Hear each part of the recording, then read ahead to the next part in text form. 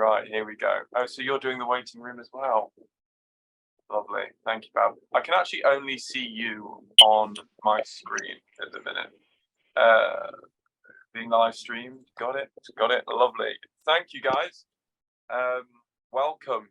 Welcome, welcome, welcome. I'm having a bit of a mare, so I'm using my phone as my video. It's actually a better video feedback than my laptop, so maybe I'll keep doing this. But if you see me flustering away in the background, please don't panic. I am here, and if I disappear for a while, then it is entirely my computer's fault. Welcome, and thank you for joining us on this one-off webinar that we're doing with John Devine from TCD Energy. We partnered with TCD Energy right in the middle of the energy crisis, I want to say, because I remember John giving me a call and saying, I bet I can save your members money on energy. And I said, I don't think you know what you're talking about. I don't know what you've just let yourself into. But we put him to the test, and certainly I'm sure many members have used him so far, and we've not really had any complaints. He's actually stepped up to the mark. He's done what he needed to do. How have you found being an LMPG partner, John? It's been fantastic. You know, my background originally was in property, and that's why I kind of joined LMPG, you know, as a paying member, because I was wanting to get discounts on some magnet kitchens and some other bits. And it was just a case of, you know, the two worlds collided, and I've enjoyed every minute of it. And particularly, you know, I can honestly say my kind of favorite customer group to work with is always the LNPG clients, because they're up to the necks in property of some sort or another. And I understand exactly what it is that they're dealing with, you know, on a daily basis. And I enjoy providing services to those types of clients, because I know that it's appreciated, especially when they can find time efficiencies and do other things instead of, you know, for example, spending 2 hours on the phone trying to speak to an energy supplier. So thank you for inviting me into the fold back then. Absolutely. No. It was, look, we don't do it just for anybody, and we certainly don't do it for charity. It's all with a purpose of trying to make this membership better. So I should have mentioned right at the top of this, guys, you are of course being recorded, as you are with all LMPG webinars. That's so we can have the recording uploaded to the website afterwards. If you don't want your face, your name involved, you can watch this live stream on Facebook, or just mute yourself, anonymize yourself, do whatever you need to do to protect your identity. Now, throughout the session, what we'll be doing is we'll be taking questions if they're particularly relevant to what John's saying. Myself or my beautiful assistant Bav up there he is, will ask them throughout the session. Otherwise, for longer or more specific questions, we can ask them toward the end. Now, if you're feeling particularly brave and just want to throw caution to the wind, you're welcome to jump on and unmute yourself and just say, hold on, John, you've just claimed there that gas prices are lower than electricity prices, and well, I've got this, that, the other, whatever it is. I like it when partners are put on the spot a little bit, and I'm sure John won't mind it too much either. Before we finally get started, just while we let a few other people in, this is, as I mentioned earlier on, it's a one-off webinar. We usually do these in banks, in seasons, but particularly timely, this one, which is why we decided, well, we don't really want to wait a few extra months. There were so much kind of nasty headlines toward the end of last year. Certainly it was on Good Morning Britain, which I watch in the mornings every single day for about a month, of if you put the kettle on, you've got to remortgage your house. If we hit a cold spike, which we're going through right now, then energy bills are gonna skyrocket, and boilers are gonna start falling off the wall. And it was months and months of kind of the worst kind of news, which is fear mongering. Since then, we've not really heard anything, which in my mind is always good news. But it's hard to say, because they're not going to come back and report on the benefits on when things start to look better, only when things start to look bad, because that's what gets the clicks, that's what gets the views. So I've seen part of John's presentation already last week, and if you've not been to the loo yet, go and have a try right now, because this was originally an 8,000 word, 23-page essay. This man loves talking about energy. We're going to get the reality of the situation as it stands right now. Everything that homeowners are being fearmongered about, property investors have that same fear 5, 6, 7 times over, just by the sheer scale of what it is that we're doing. So tonight, I'm really hoping that we can all get involved and get put right on the situation, because we're being squeezed in all directions. This is kind of the last thing that we need to be worried about right now. John, over to you, mate. Thank you very much, Anthony. And yeah, it's a pleasure to be invited here this evening. I've prepared what I call trepidatiously a short presentation. But I'd just like to say, if anyone's got any questions at any point, just chip in and ask them, and I'll try and answer your questions on the fly, or if need be, you can save them till the end and we can do a bit of a QA at the end as well. So without further ado, then I shall attempt to share my screen.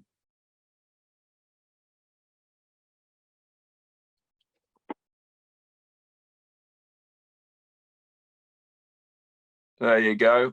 Beautiful. Excellent. Okay, so as there were some brief outlines about what we were going to be talking about this evening, and Anthony's given a pretty good description about what I'll be covering. The general topic is energy. I'll be looking at energy from a domestic customer and energy bills associated to your personal homes, and I'll also be covering energy from a micro business perspective. So that means small to medium businesses, not from a perspective of having a giant factory, manufacturing TVs, but more so focused on the property investor, the property developer, the landlord that might have a portfolio of HMOs or one HMO, etc. So I've tried to make it relevant to the audience as best that I can. So I'll just start off a little bit about TCD Energy. Thanks, Anthony, for the introduction. I think you've covered it pretty well.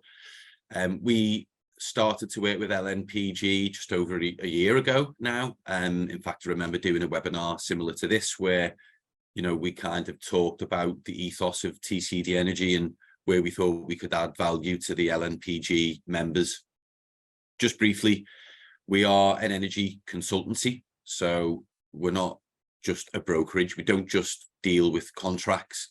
We provide a wraparound service to do with all of our clients' energy challenges. So that can be from auditing energy accounts and contracts, right the way through to procurement of energy, through to ongoing management and support of multiple energy accounts, as well as helping our clients overcome the numerous challenges that suppliers throw in front of us.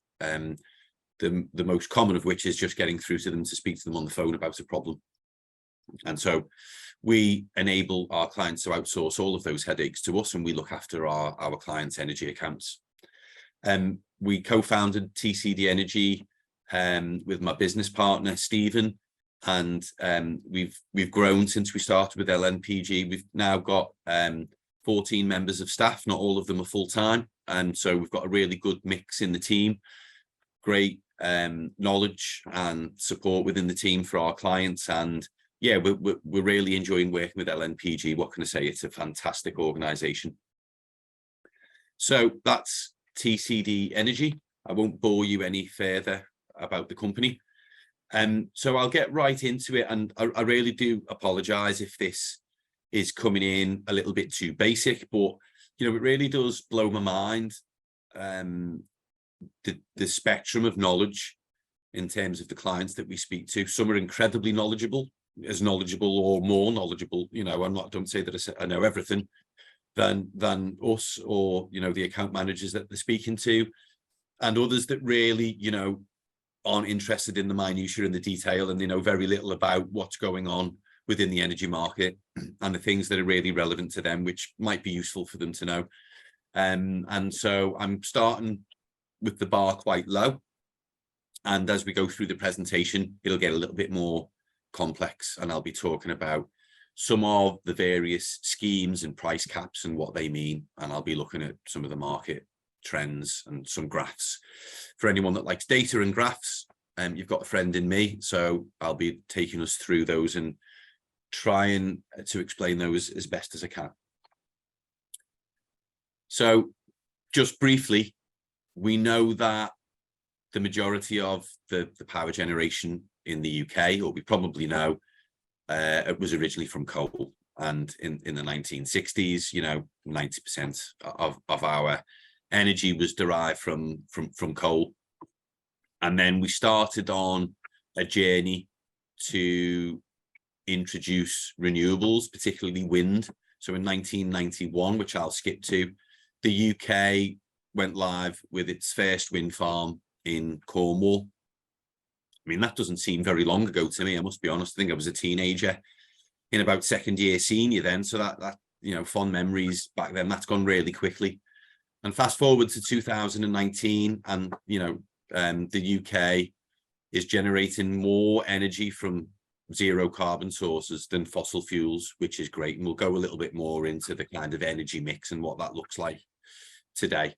And then we'll all have heard about the net zero targets for 2050 for zero emissions. So the idea is that the energy transition will take us from utilizing, some carbon sources, fossil fuels, for example, to eventually, getting rid of all of that and being solely powered on clean sources of energy. And so this infographic, or this graph, is from 2021, which is the most recent data that I could get. And the main thing here is that, back in the 80s, we were primarily generating the majority of our electricity through nuclear. And then we had the rather massive issue of Fukushima in 2011. And that kind of spelled the downward trend and the transition away from nuclear, obviously because of the safety risks associated with nuclear, and also the general consensus among the public and the popularity of nuclear kind of went really downhill really quickly. And I'd just like to point out on this graph, we can see that the nuclear is represented by the pink, and we can see that that is a really broad proportion of the energy generation by source in the UK. For example, in comparison to renewables, which is this tiny thin slice, there you go, there's the Cornwall wind farm in 1991, that tiny slice. And we can see that coinciding with the reduction of the proportion of energy that's generated from nuclear, we've seen a significant upward trend in the proportion of energy that's generated from renewable sources, primarily wind, but we've also got hydro in there as well. At the top, we can see coal and gas, which really hasn't changed that much. Okay, it has reduced to an extent, but probably not as much as the general populace would expect. But there's still really positive news. We see that amount of green coming up towards 2020 there is representing quite a significant proportion. The maximum there is about 150 terawatt hours. So we're at about 30% at the moment in terms of green or renewable energy sources, which is fantastic news. We are not the leaders in Europe. If you look at some of the other Scandinavian countries, they are doing better on renewable, on green energy, but the UK has done a good job, but much more work is needed. And here we can see the share of the UK power mix just in terms of percentages. So at the bottom there, we've got gas and coal, which is making up about 60% of it. So there's still a long way to go. As much as we think that we've transitioned away from gas and coal, really we haven't. We're very much reliant on gas and coal still. But we can see again that nuclear is still representing about 20% of the overall generation. And then we can see hydro is a tiny sliver, 1.8%. Then we've got wind at about 10%. We've got bioenergy, we've got solar. So more of those colourful pieces of the pie are there than they were a decade ago or 20 years ago. And there's still a long way to go towards 2050. And there've been lots of geopolitical issues and other issues which have informed the rate at which we can complete that transition towards net zero emissions in 2050, which I'll be going into in a little bit more. We've got a question about this, John, with someone who's anonymized himself brilliantly here. So it says, not me.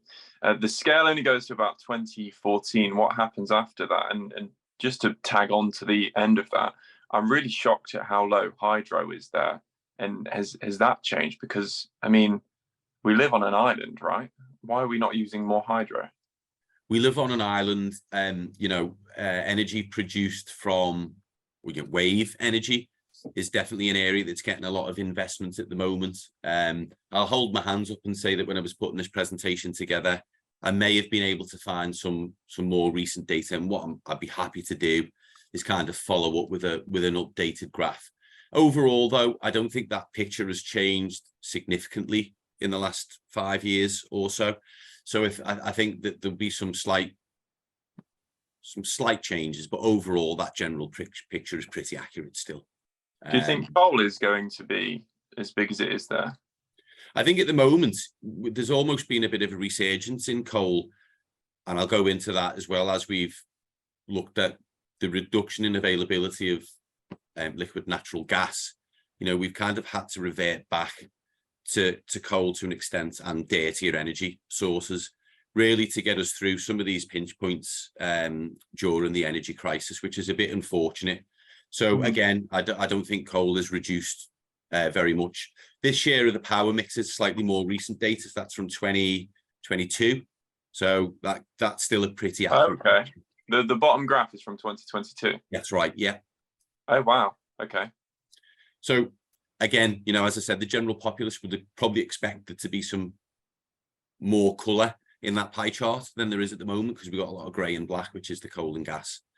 And as I say, the geopolitical issues, the surge in demand for liquid natural gas means that we've had to, revert back to some of those dirtier sources of food energy generation over the last couple of years. So that's just a little bit of a whistle-stop tour, just kind of set the scene a little bit as to where we are at the moment. So, there are lots of causes. If I was to list all of the contributory factors to the reasons why we're in a bit of an energy crisis in the UK, and of course across Europe at the moment, it would be far too much to go through. However, one of the main things, or some of the key things, Brexit is an obvious one.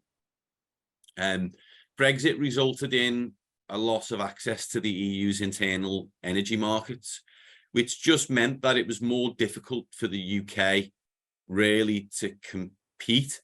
And also we were very much excluded, and it made it more complex and more onerous for us to be able to be treated as an equal partner within that internal market in the EU. And it also meant that there was a real cooling off of investment, external investment in the UK in terms of energy projects, particularly around renewable energy sources. So that did put the brakes a little bit on the upward trajectory and the progress that the UK was making. So Brexit certainly didn't help.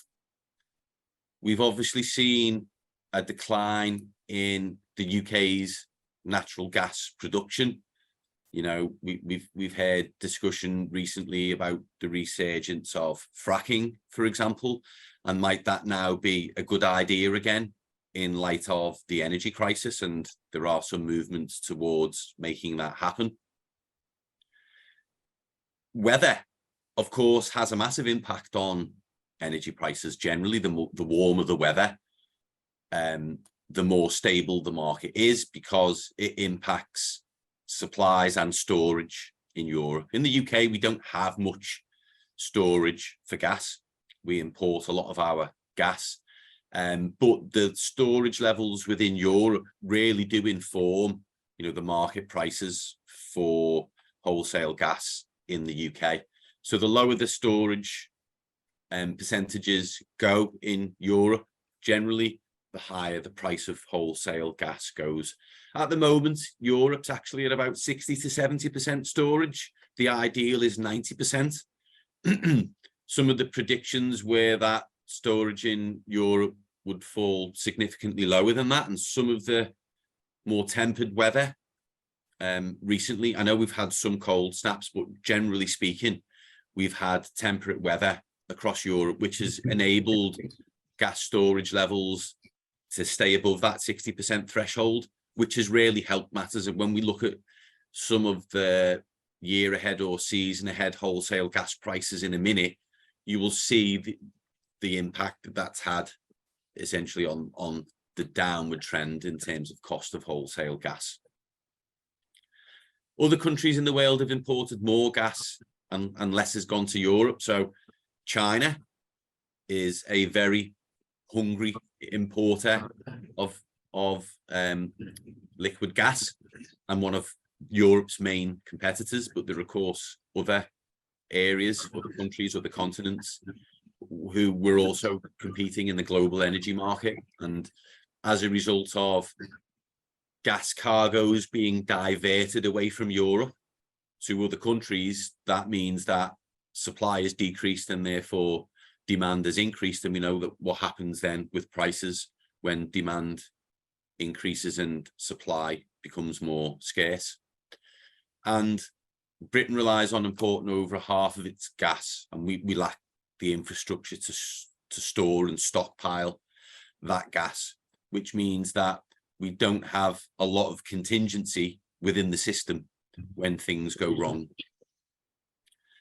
And overall, there has been a massive pressure point on, the average family in the UK, as we've seen household incomes plateau or even fall, surging in energy prices and relative moderate, very modest improvements in energy efficiency, even in spite of the various national initiatives to try and bring that to the fore of, the populace's mind.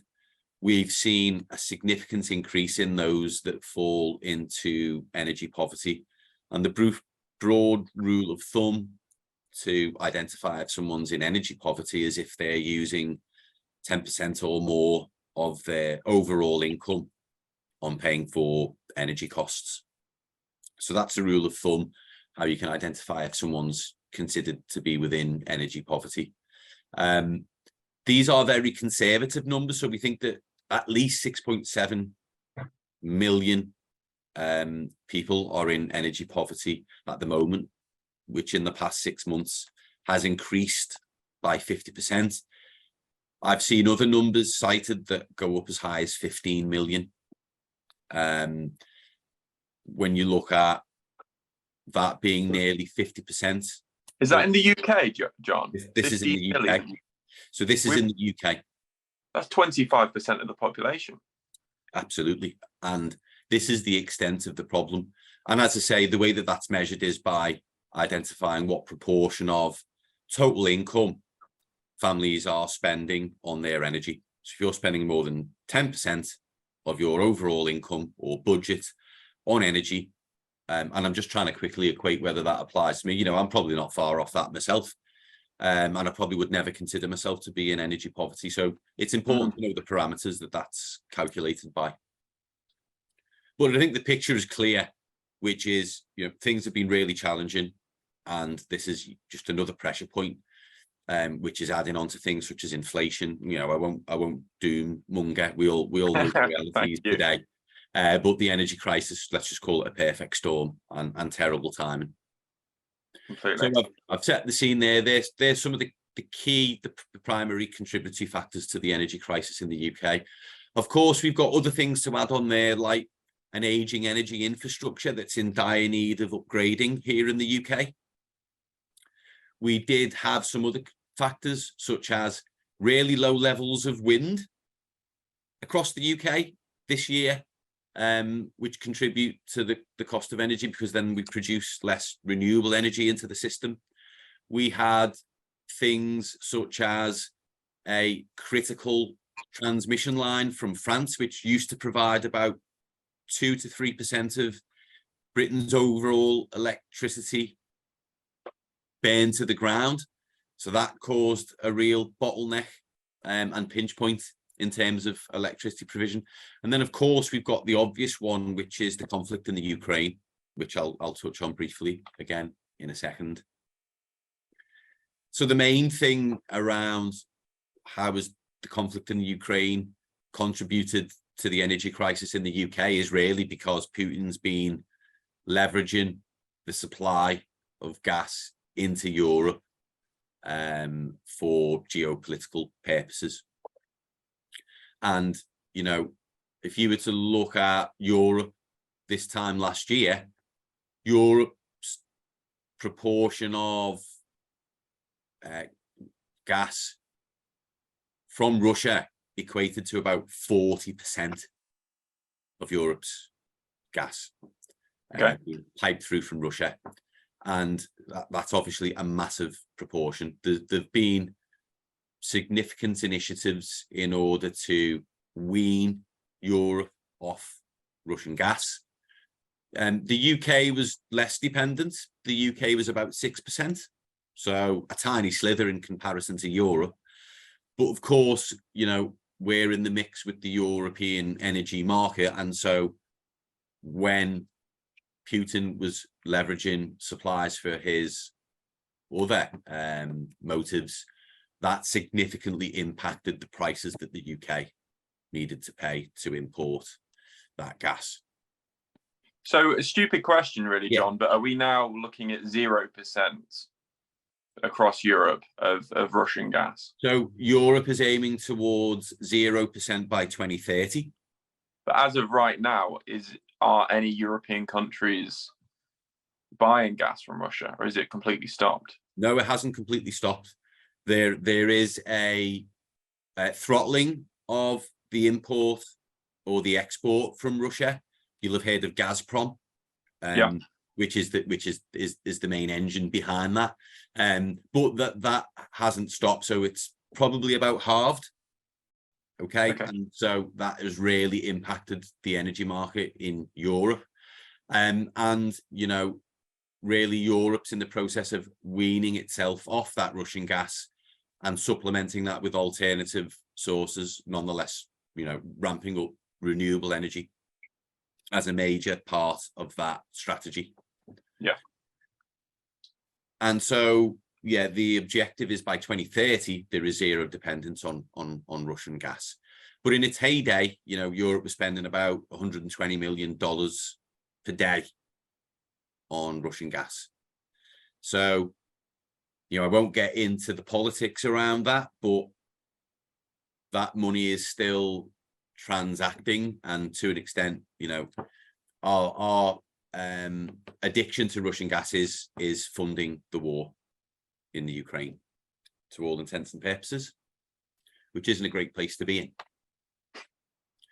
So hopefully I've set the scene a little bit, so that, and I'm sure I haven't told anyone anything they don't already know, but it's just good to kind of reiterate some of the pieces that are in play, some of the chess pieces that are in play that have contributed to where we are right now. And of course, you know, the UK government doesn't get off scot-free there, because we've got years and years of, you know, underfunding of green and renewable energy projects in the UK, although we've done a reasonable job, very similar to the building of new houses. You know, new houses have been built, but nowhere near enough, so we could have moved a lot quicker. John, we are all suitably depressed at the state of the world. It's going to get a little bit more light-hearted now as we look at some graphs. If we could possibly manage it, please. Just one for graph lovers like yourself, John. James is put into the chat here, electricinsights.co.uk, which is an interactive graph that shows the breakdown of our electric mix. Now, I've had a look while you were talking there. I don't understand it at all, but I'm sure that people smarter than me will be able to make great use of this. So, Bav, when we come to recording this, can we add this as a resource? Yeah, will do. And you know, I certainly don't think that I know anything or everything. Hopefully I know one or two things. I certainly don't know everything, and therefore I'm always recording different sources of data and intel that I can use. So if I can be schooled this evening as well, yeah, I'm very grateful. And this is a collaborative presentation, shall we say? So I'm assuming everyone's heard of the Ofgem's price cap. Yes. So it's amazing how many people misunderstand the price cap, don't really know what it means. But the key thing as well is behind the scenes, which I'll go on to on the next slide, there is another, shall we call it, guarantee going on behind the price cap. But let's just cover the price cap for now. So the price cap is set by Ofgem, which is the energy regulator here in the UK, and it limits how much suppliers can charge consumers. So when I say consumers, I'm talking about domestic supply consumers. So I'm talking about someone that has a contract with EDF, for example, to supply electricity and gas to their home or their second home or their apartment. Okay. And so of those customers, the price cap is really only relevant to customers who aren't in a fixed rate tariff. Okay. People are going to say, what's a fixed rate tariff? We haven't seen those for years, which is true. And we'll go into kind of why that is in a bit. But overall, the price cap, if you're sitting pretty and you manage to secure a fixed rate tariff for a few years for your home before the energy crisis kicked in, well, aren't you sitting there, you know, really pleased with yourself? I would be, that you'd managed to do that, and all of this chaos really doesn't apply to you because your supplier must honour the fixed rate tariff that you've signed up to for the duration of the contract. Okay, so it only applies to people that are out of a fixed rate tariff, and that means that they end up on something called a variable rate tariff. And a variable rate tariff goes up and down, really at the discretion of the supplier based on market conditions. Okay, but as the ordinary man, it's very difficult to understand or predict how that's going to happen. So the Ofgem price cap was put there to stop suppliers taking the mick and taking advantage of those customers, particularly customers that weren't necessarily tech or energy savvy. So those that were much less likely to understand how to go about shopping around, finding better deals, etc. And you know, I'm thinking of people like, you know, my mother or my father, or the, you know, slightly older generation, but also, you know, people similar to our age that aren't tech savvy, that wouldn't know where to begin. It was really to protect those types of customers. And the other big misconception is, you know, I've heard people saying, oh, well, the domestic price cap, let's go back, just looking at the slide here, to April 2022. The domestic price cap was set at £1,971. Oh, well, you know, I'm sitting in my 10-bed house and I know that my bill can't go, my combined gas and electricity bill can't go above £2,000. That's not the case. That figure, that £1,971, essentially relates to a typical domestic consumption value, okay, which is the figure set by Ofgem for the average 3-bed household in the UK who would use 2,900 kilowatt hours of electricity and about 12,000 kilowatt hours of gas.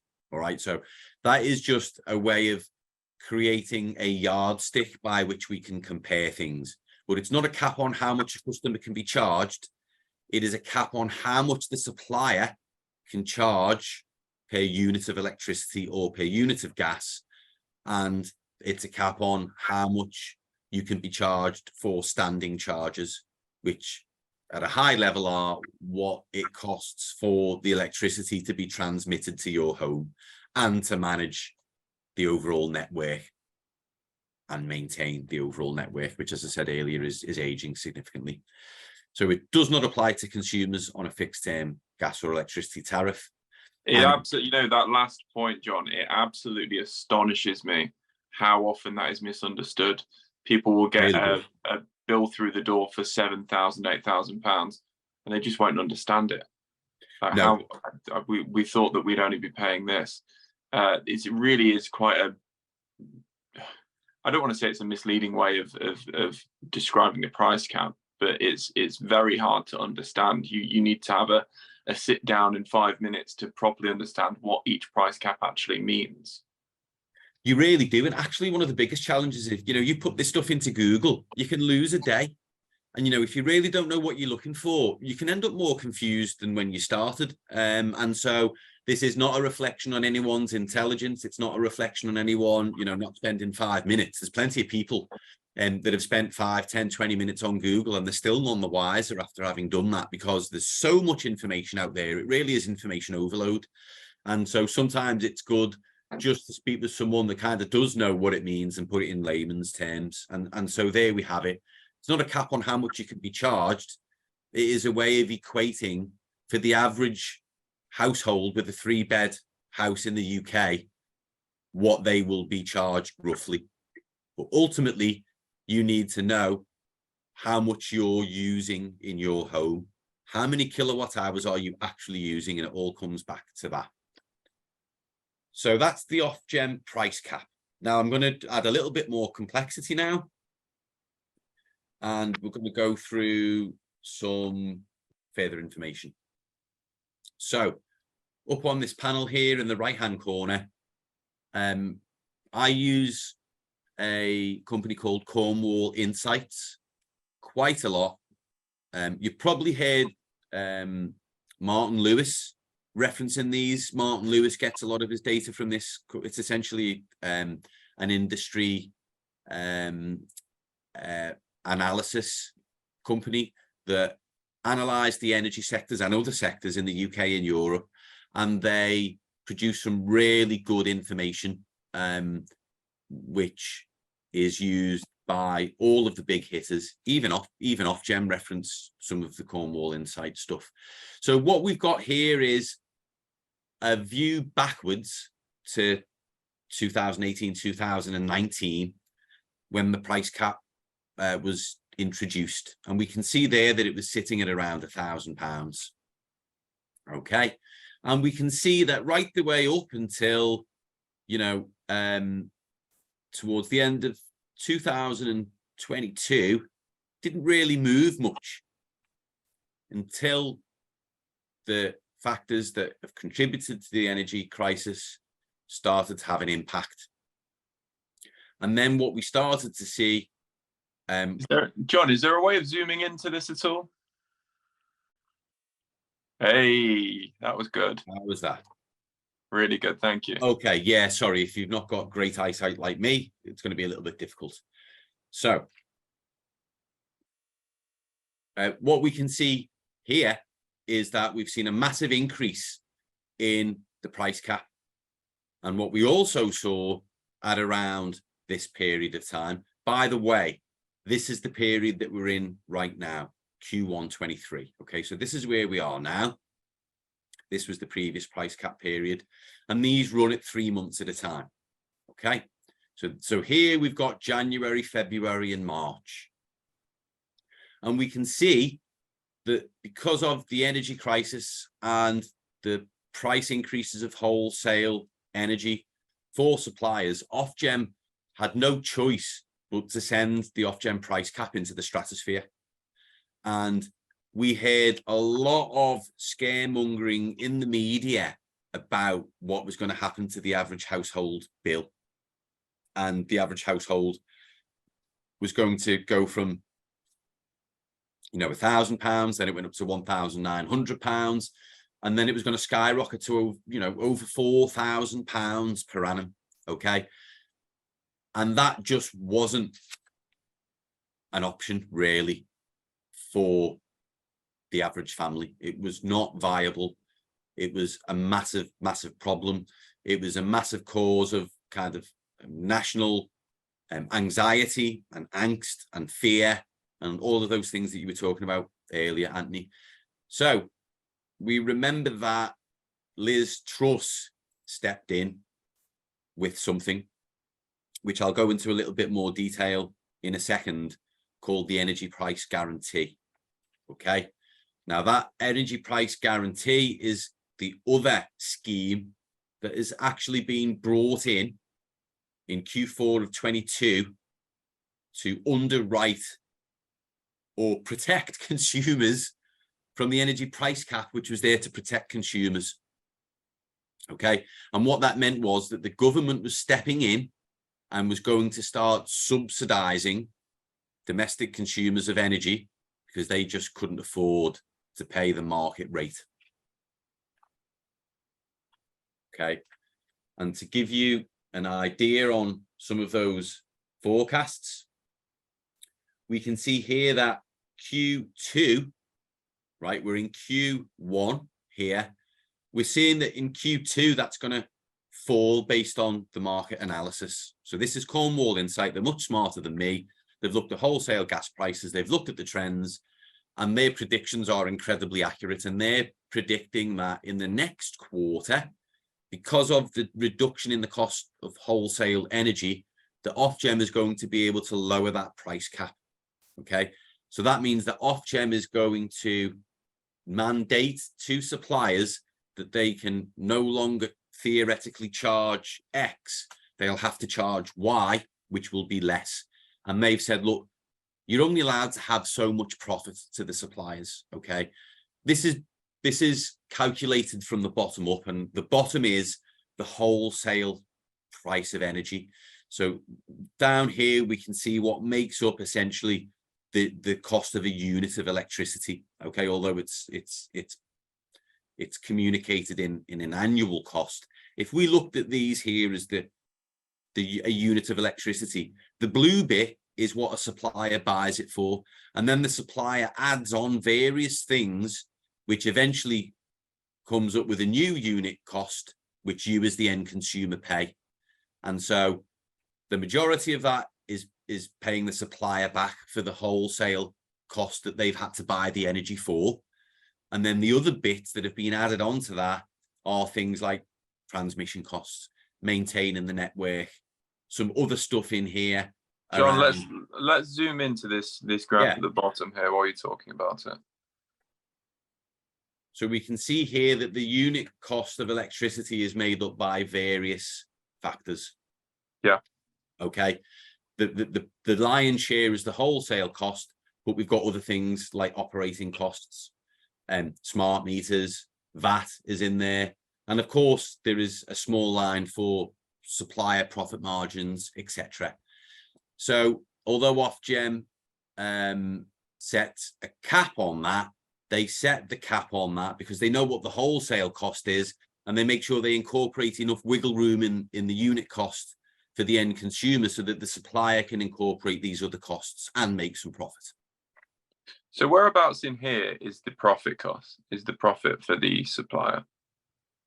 So the profit really is in this bit here, which is in the headroom.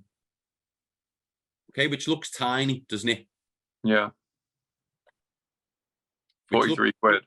Which looks tiny, but there are other ways that suppliers generate revenue, and they get some other kickbacks, for instance, in terms of operating and network costs as well. So it's not as transparent to the end consumer as you might expect. However, looking at that, you can see that the profit margins that the actual suppliers are making are relatively modest in comparison to the overall cost of a unit of gas or electricity. Sure. Okay. So the main bit that we're interested in here is something called the energy price guarantee. Okay, so the energy price guarantee was brought in by the government to underwrite Ofgem's energy price cap. So Ofgem's energy price cap is really informed by the retail market costs. that suppliers need to buy the energy for. However, end consumers, regardless of the retail market and what it was actually costing, they couldn't afford to pay the prices, aka £3,700 per annum, which is what it would have gone to. Bearing in mind, you know, originally consumers were paying about £1,000 a year. The average household was paying £1,000 a year. The government just could not let them go closer towards £4,000 a year. Could they allow the average household energy bills to increase fourfold? So what they did was they stepped in and they said, well, we're only going to allow them to increase by 2.5-fold instead. And what the government's going to do is they're going to set something called an energy price guarantee, and the government is going to pay the difference between what the end consumer can afford and what the retail market cost is, i.e. what the supplier is actually charging. So we then ended up in a situation at a tune of multiples of billions of pounds of the government subsidizing people's energy costs in their homes. To the tune, as you can see here, of over £1,000 per annum for the average household. Well, it's closer to do that. Which is significant. We got a question just on that graph, as we can see, it kind of goes up and comes down again. Paul asked this quite a while ago, but I was waiting for a relevant point. Given the fall in wholesale energy prices, do you foresee unit rates falling below the energy cap? And therefore, is it best to go for a fixed or a variable rate? A couple of precursors to that question. The first thing to consider is I am solely talking about a domestic contract or domestic supply customer. So I'm not talking about businesses, I'm not talking about factories, right? I'm talking about you in your home.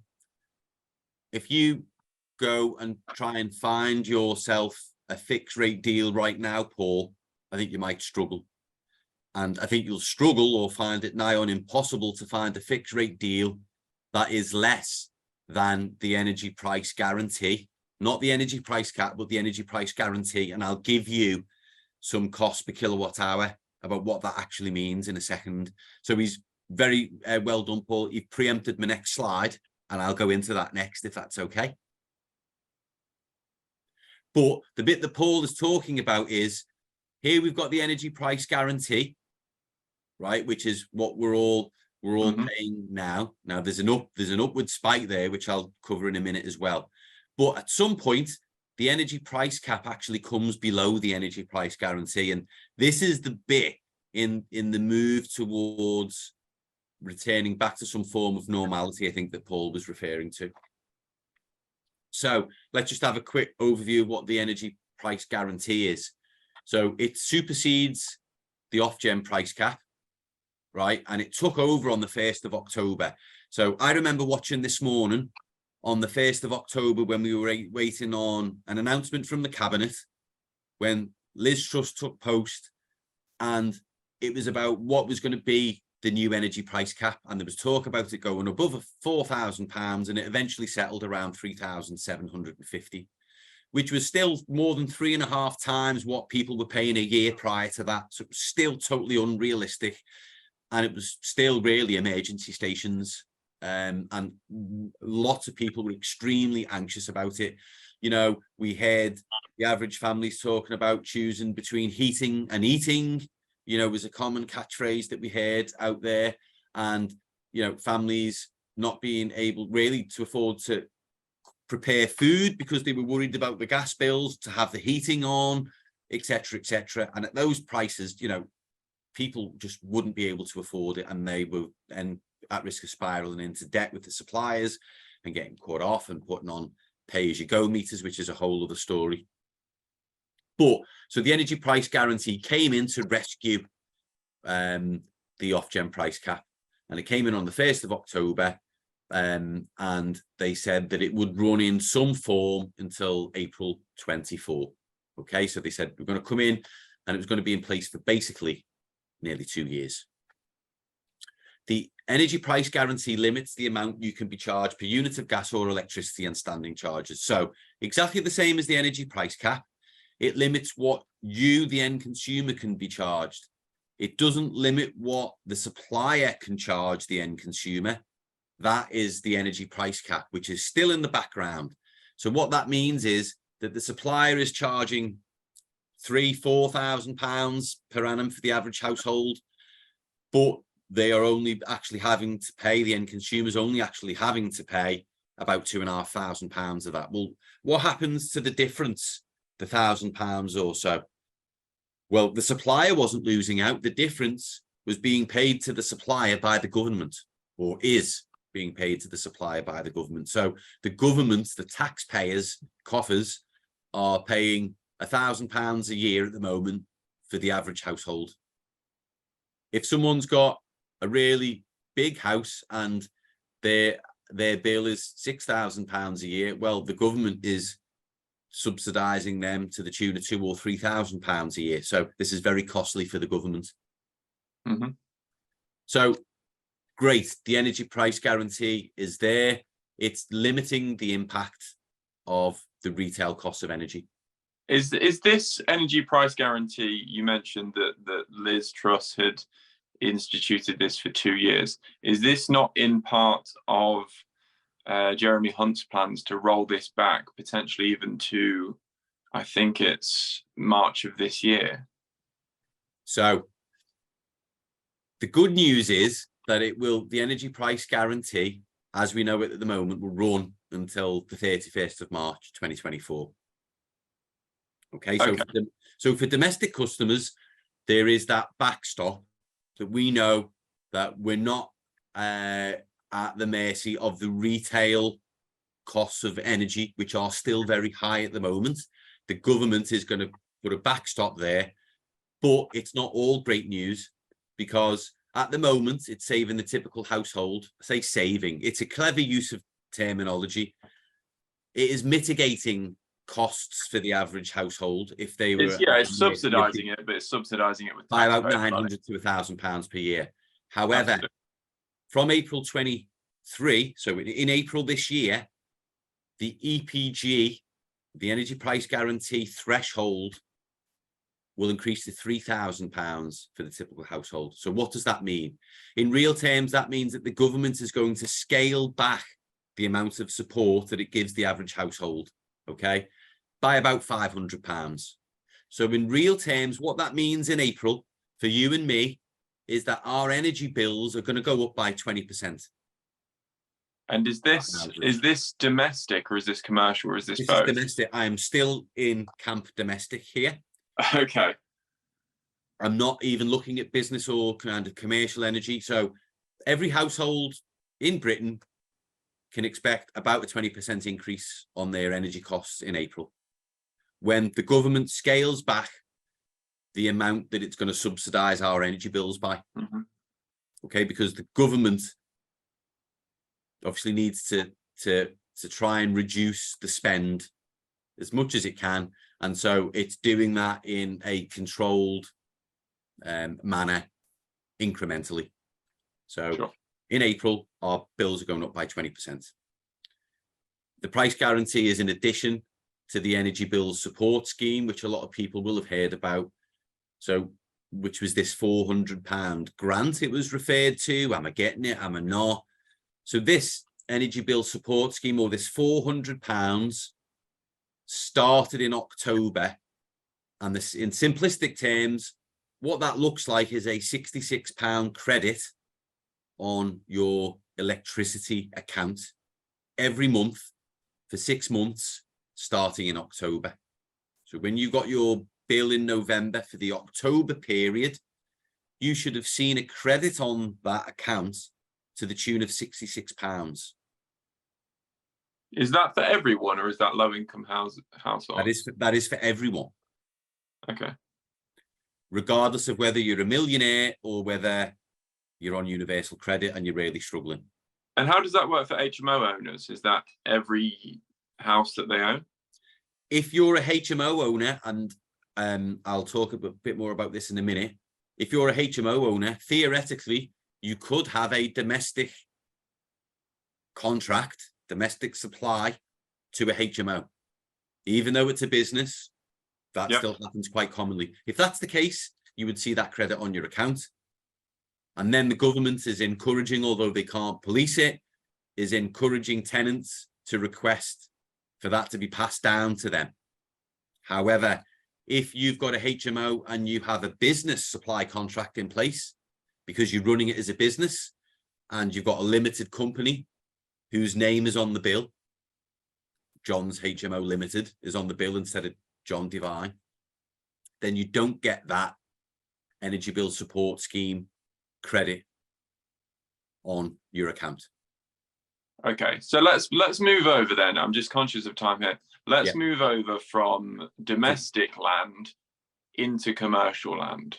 Just quickly, of course, sorry, Anthony, to interject. The energy price guarantee, just so you know what the price per kilowatt hour is, it's about, it varies geographically, 34p per kilowatt hour for electricity with a 46p standing charge, and 10 pence per kilowatt hour for gas with about a 28p standing charge. So therefore, if we know how many kilowatt hours we use per annum, we know what it's costing us, we can forecast what we're going to spend in the year. And if you look at your bill, you will see on your bill somewhere, it will say estimated annual consumption, and it'll give you a value in kilowatt hours. You just multiply that value by that unit rate and how many days, 365 in a year, add those two together, and that's what your annual energy cost is probably going to be. So we can see here now on the left the difference between the energy price guarantee, okay, and the difference between the energy price cap. I won't go into too much detail, but again, here we can see the energy price guarantee kilowatt hour rates. With the current price cap, if it wasn't for the energy price guarantee, we'd be paying 71% more than we currently are for our energy. And forecasts show cap prices in the second half of 23, which is here, will fall below the energy price guarantee, which is great news for the government, which means that they will no longer have to subsidize households' energy costs, because we will then revert back to the energy price cap, which was originally put in place to protect customers. And there will be a massive scramble around this period to find a fixed tariff, because don't forget, it's only customers that are on a variable tariff that are protected by the energy price cap. Yeah, okay, I understand that. We've got a question that kind of answers, which is, what about the reduction in wholesale price from April 2023? This is referring to when you said that we'll see a 20% increase on our bills. That will actually come down ever so slightly because we won't be paying the guarantee price anymore. It'll come down ever so slightly, but in comparative terms, if we take a line across here, we can still see in comparative terms it's more than we're paying now, because right now under the energy price guarantee we're paying 2,500, and even when it comes down, they're going to push the energy price guarantee threshold up. The price cap will come down, but it's still more than we're paying now, so it's still an increase. It's important to understand these graphs. If wholesale prices stay where they are right now, and we just look down here at this graph, so right at this bit, we can see these massive peaks that we had, which have started to come back down to return to sort of normal levels. So if they stay like that, we may see about a 10% reduction in our supply costs in about June or July. Okay. We've got another question here from Paul. What happens if the standing charges are nearer 50p per utility meter, as your slide suggests a much lower price? So that is informed geographically. So for example, if you're in inner city London, you'll probably find that the energy price guarantee and the energy price caps are less favorable in comparison to someone who is in the northwest of England, for example. So I said before that for electricity, it was about 46p. And I say about inverted commas, because that can be a little bit less or a bit more. So if he's seeing on his bill, it's 49p, for example, that is because of the geographical differences that they've set. This is in the West Midlands. Sure. I do have information elsewhere, not at my fingertips, about each of those geographical areas and what that standing charge and kilowatt hour tariff is. And when we put together, when we update this pack to share with attendees, I can make sure that that's in there. Yeah, brilliant. I think that'd be really useful. So let's have a quick look at commercial or business. So I'm a HMO portfolio landlord. I set up my energy through my limited company because I'm operating it as a business. And therefore, there are some other schemes which are relevant as well. So at the moment, there's something called the Energy Bill Relief Scheme, which came in at exactly the same time as the Energy Price Guarantee. And the Energy Bill Relief. This is the commercial one. This is the commercial version of the Energy Price Guarantee. So this is the commercial, this is for businesses, the equivalent to what the Energy Price Guarantee was. And when they announced it, they said it would run until April 23. And under the Energy Bill Relief Scheme, businesses on fixed contracts signed on or after the 1st of December 21 will have seen their contract wholesale prices capped by a government-supported price. Now, long story short, what that means is you need to download the spreadsheet from the Gov website, which has many rows on it, each with a date next to it. And depending on when you signed your contract, if you're in a fixed rate contract for a business energy, depending on the date, that determines the wholesale price that your supplier paid for your electricity or gas at that point in time. And in turn, actually determines how much of a discount you're going to get on your business energy bill. Okay, so it is far less easy and it's more complex to try and calculate. The average person. Why would you need to do this if you're on a fixed contract? So, because if you're on a fixed contract and you sign that, for example, towards the end of 2022, for example, if in the end of 2022 you were out of contract, you were on what's called deemed rates, suppliers can charge you anything up to £1 per kilowatt hour for electricity. Okay, so you can either stay on those tariffs or you can so it's for situations where the which is still painful but less painful. And so this was the government's way of saying that was out of your control. You really didn't have an option. So although you signed a fixed rate tariff contract, that fixed rate was higher really than we would like it to have been, or higher than is sustainable. And so we're going to subsidize that. So based on when you signed your fixed rate contract determines how much of a discount you're going to get on your bill. And that's automatically calculated on your business energy bill. One of the things we've seen is that suppliers often miscalculate that. They often under egg how much that discount could be. It's very rare that they pay more. They contribute more subsidy than they should have. But let's not forget that the government's paying that subsidy anyway. So the supplier's winning all the time. The supplier's still getting remunerated based on the market cost of the energy. So that was actually quite generous. In some cases, you would see up to a 40% subsidy on the average business energy bill, which means that they were still ending up somewhere between the 30 and 40 pence per kilowatt hour mark, for example, on their electricity bill. Historically speaking, commercial energy was pretty much always cheaper than domestic energy.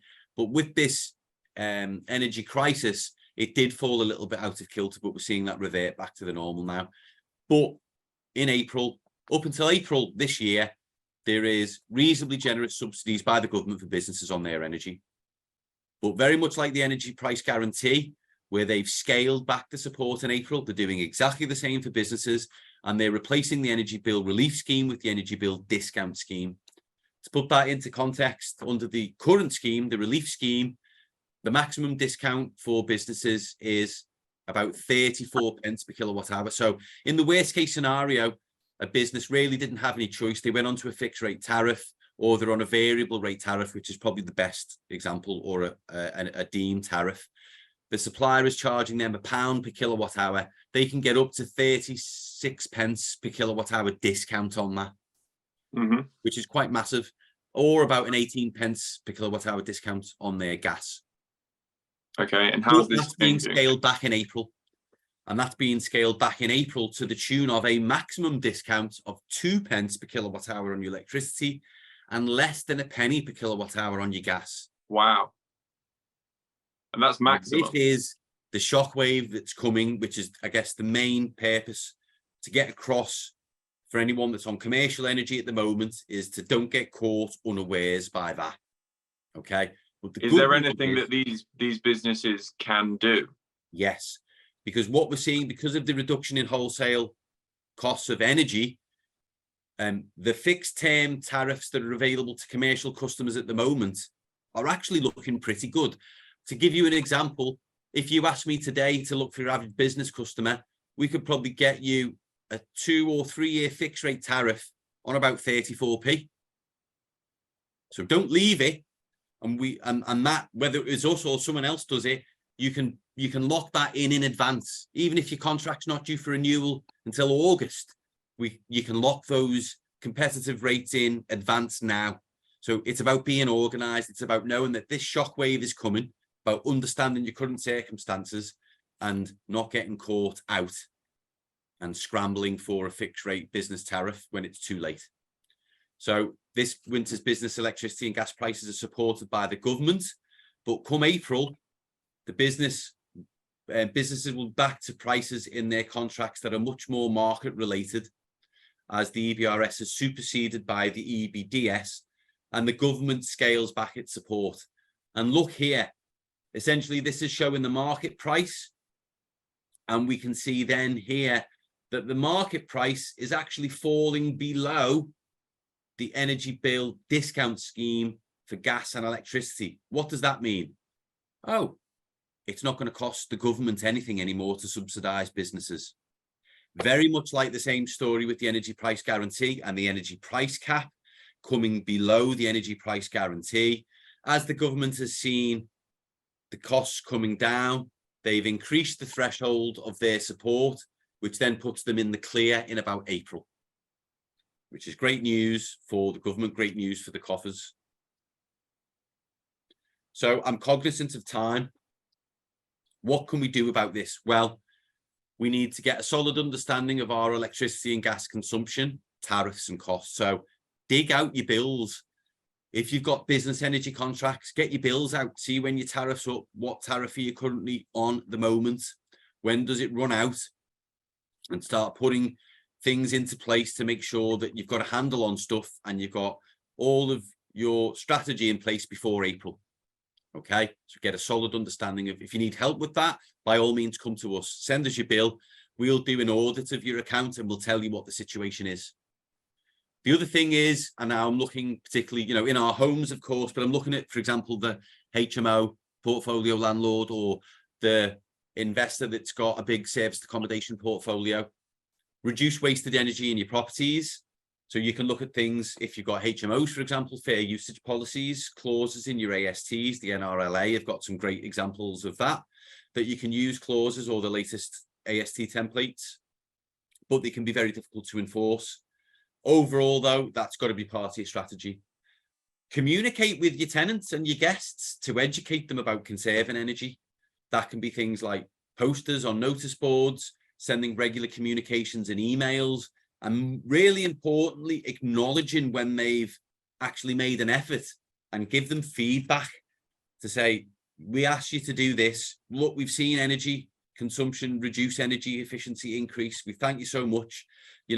Whatever kind of token gesture you want to give those tenants, reward that positive behavior, kind of a bit like we're giving that positive behavior loop. Get smart meters installed. One of the main reasons is it saves you hassle having to submit meter readings. The other reason is that when you're on estimated usage, generally that's higher than what you're actually using. So why pay more than you need to at this point to have it reimbursed at some time down the line? And it takes the hassle out of submitting meter readings. Look at smart and manual tamper-proof thermostats, which I'll talk to a little bit more on the next slide. So these are using technology to either control heat remotely, turn the heat off or lower it when you haven't got guests in, or putting in a device that means that your tenants can't leave the heating on full blast all day, go out to work, come back, open up all the windows. I mean, at my peak, I was managing over 24 HMOs. So believe me, I saw that on a regular daily basis. And honestly, they do it. And I'm sure I don't need to tell you that. Look at options to improve the fabric qualities of your properties. Obviously, we're looking at things like insulation.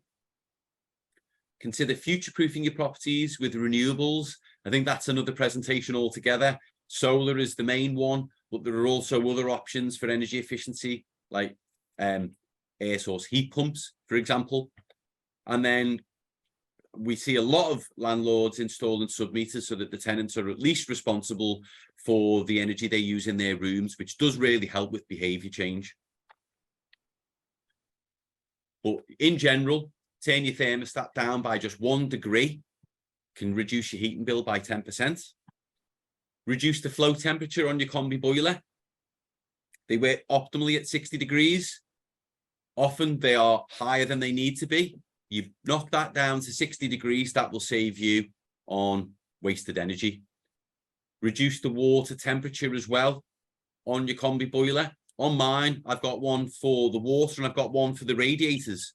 Reduce those both down to about 60 degrees. Therefore, you're not heating stuff up more than necessary. Turn the preheat function on your boiler off, again with a combi boiler. Ensure boiler pressure is optimal. All these things really kind of lead towards a boiler service, which can really pay dividends over the year. There are other strategies such as weather compensation. So that means that the temperature outside actually informs what your boiler doing and your heating temperature settings are doing inside. So as the temperature drops outside, proportionally, you're going to increase automatically the temperature within inside your home. They can save you money, and in some countries, that's actually standard practice. If you don't have a combi boiler and you've got a hot water tank, put a cylinder jacket on there if you don't have one, or if you do have one, make sure it's at least 300 millimeters thick. That can save you significant energy and reduce wastage. Install thermostatic radiator valves, so we can control on our thermostat the temperature in the property, but then some rooms are used less than others. For example, why not reduce the temperature in 1 or 2 rooms or communal areas or the hallways, right? And that will reduce your overall bills. Bleed your radiators, again, coming back to the efficiency of your heating system. The tumble dryer is the biggest culprit for consuming large amounts of energy in a HMO, for example, in terms of appliances. So make sure that you've got an energy efficient one in there. You might even want to look at installing pay-as-you-go meters, which we hear a lot of landlords talking about. Again, about educating tenants, basic things like don't run the dishwasher when it's half full. Let's do our bit for the planet. Only run it when it's full. Same with the washing machine. Don't run that half full. You can fit water-saving shower heads, which are more cost efficient than you might think. Install radiator shelves above your radiators to push that heat out into the room rather than it going straight up. Hunt down any drafts and exclude those as possible. Don't block radiators. Tenants love to dry washing on radiators. Oh my God, do they love to do that? We need to stop that. Ensure freezers are defrosted to boost efficiency. Don't tenants love to let the fridge just become overwhelmed with frost, and then you have to send them a communication to defrost, or that you're going to send someone in to defrost the freezer. So make sure that's happening. Ask tenants to put lids on pans when they're cooking. So you could go on forever really about some of the recommendations you can make to tenants, and it's all about behavior change. So we're at 8 o'clock, Anthony. I did have a quiz, but we could potentially save that for another day. How do you had a quiz as well as all this, John? There's a quiz. I'm sorry. No, look, you've done exactly what I expected you to do, which is to talk on and on and on about energy. Sorry. I'm all graphed out, and I've loved it. I genuinely have, and I never say that I enjoy talking about bills and energy bills in particular. I think the kind of the important thing to note, and I quite like the last slide as something to kind of end on there with some of the stuff, particularly when it's down to tenants. I mean, some of the stuff I just had to laugh at of what you were saying. Don't tenants love to dry their washing on the radiators? Well, of course they do. They're human beings. So it's about kind of compromising and educating as well. Defrosting a freezer. Now, a tenant is not necessarily going to know that a defrosted freezer works better than a frosted up one. It works for both sides, or even know that it's their responsibility to defrost the freezer.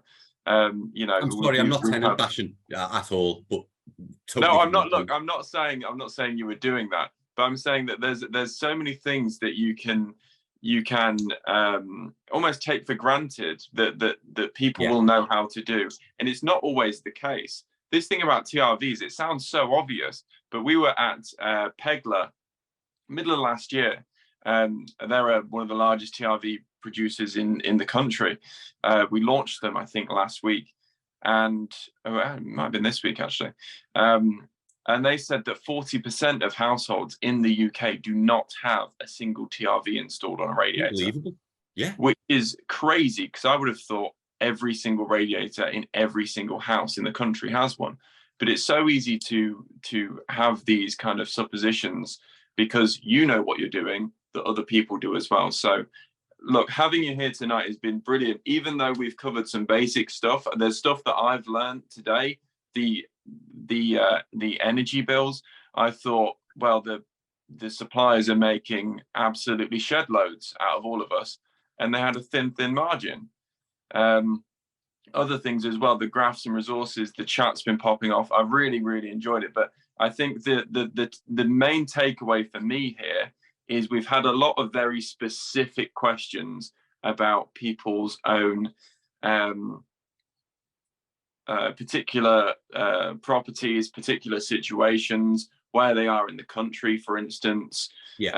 Standing charges. We've got a message here from Paul about he's trying to work out what his average rate is going to be for a house going forward. Now, if there's anything that people should have learned tonight, it isn't just what you've been saying.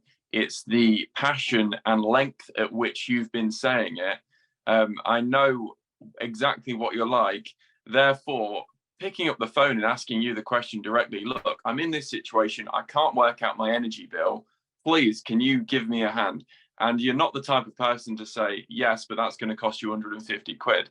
It's as simple as kind of being able to help out. And then that helps you out in the long term anyway. That's one of the benefits of being an LNPG member, which is essentially we offer totally free advice for any questions you may have, any energy audits. There is a hotline, which is on the final slide, which you can just call, which I'll leave up just at the end here, get rid of this quiz. And so if anyone wants to actually give us a call on this number or email us at info@tcdenergy.com, or go to our website and contact us via there. Any questions, any information, you want an energy audit, you want an energy appraisal, you want to know if you're in a good or a bad situation, that's what we're here for. And that's what we love to do. Absolutely. Thank you. I've not disappeared. My phone has died, but I'm here back on my computer. So hopefully you can hear me. Thank you so much for your time tonight, John. And thank you everyone for attending. I've just noticed one question in here from Dan, which I'm going to answer before we all disappear, which is you need to keep one rad on the loop without a TRV on it, which is true because you need a balancing radiator. But there are ways of putting in TRVs and balancing the system in different ways. But yes, that's a good point. Good shout. Yeah, totally. And another one of those things where you say it and you think, well, everyone knows that, but maybe not necessarily. So yeah, brilliant. I've really enjoyed myself tonight. Thanks everyone for joining us for a one-off webinar, and we'll see you all very soon. Thanks again, John. Thank you for the opportunity. Have a lovely evening, what's left of it, everyone. Cheers. See you soon. Bye. Bye.